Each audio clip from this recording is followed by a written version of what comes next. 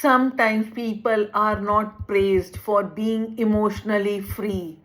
They are praised for being emotionally strong. The one who handles everything, the one who never breaks, the one who stays composed, the one others depend on emotionally, and slowly strength stops becoming a quality and becomes survival. In the previous episode, we explored hyper independence and the fear of needing support. But for many people, the emotional adaptation goes even deeper. The emotional self begins believing if I stay strong, I stay safe. Sometimes children grow up in emotional environments where vulnerability feels unsafe, where emotional pain is minimized, where emotional needs feel inconvenient, or where survival requires maturity too early. And slowly, the emotional self learns do not fall apart, do not burden others, stay functional, keep going. So, strength becomes identity, not because the emotional self feels safe, but because it no longer feels safe enough to stop holding everything together. This is why many emotionally strong people struggle to rest emotionally, struggle to soften, struggle to let themselves be cared for.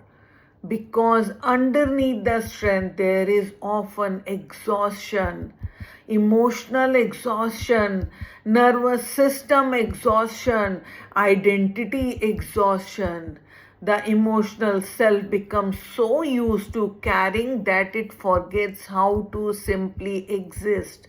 And eventually, even receiving support can feel emotionally uncomfortable because survival taught the nervous system that safety comes from control, from functioning, from emotional containment, not from softness, not from vulnerability, not from emotional surrender.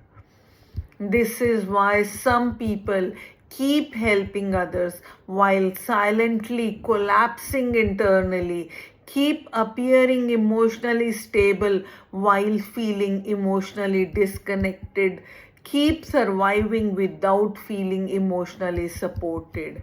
And eventually, strength becomes loneliness because no one realizes how much the emotional self is carrying. Healing does not mean becoming weak. It means learning that emotional safety does not require constant self protection, that softness is not failure, that rest is not irresponsibility, that vulnerability does not erase strength. Because true emotional healing is not becoming emotionally invincible, it is becoming emotionally safe enough to stop surviving all the time. And perhaps one of the deepest healing moments is realizing you do not have to earn love by carrying everything alone, because the emotional self was never meant to survive life without support.